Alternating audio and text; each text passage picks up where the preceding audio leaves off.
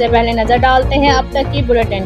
तरनोल ढोक अबासी मोहल्ला में मौजूद बोरियों के एक गोदाम में अचानक आग भड़क उठी, जिसने देखते ही देखते पूरे गोदाम को अपनी लपेट में ले लिया।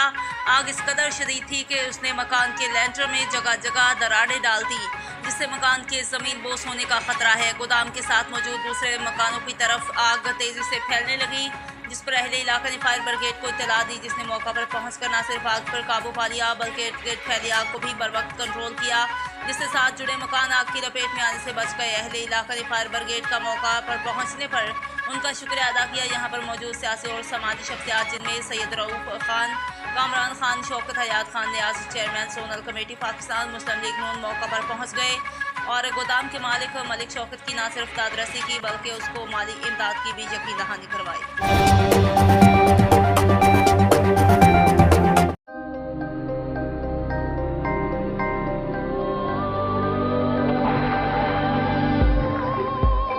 യഥാർത്ഥ ഫ്രൂട്ട്സും 100% നാച്ചുറൽ ഫ്ലേവറുകളും ചേർത്ത് ഓട്ടോമേറ്റഡ് അൾട്രാ മോഡേൺ ഫാക്ടറികളിൽ കൈതൊടാതെ നിർമ്മിച്ച Lhasa ice cream.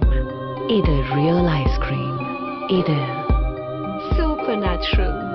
Laza Ice Creams since 1970.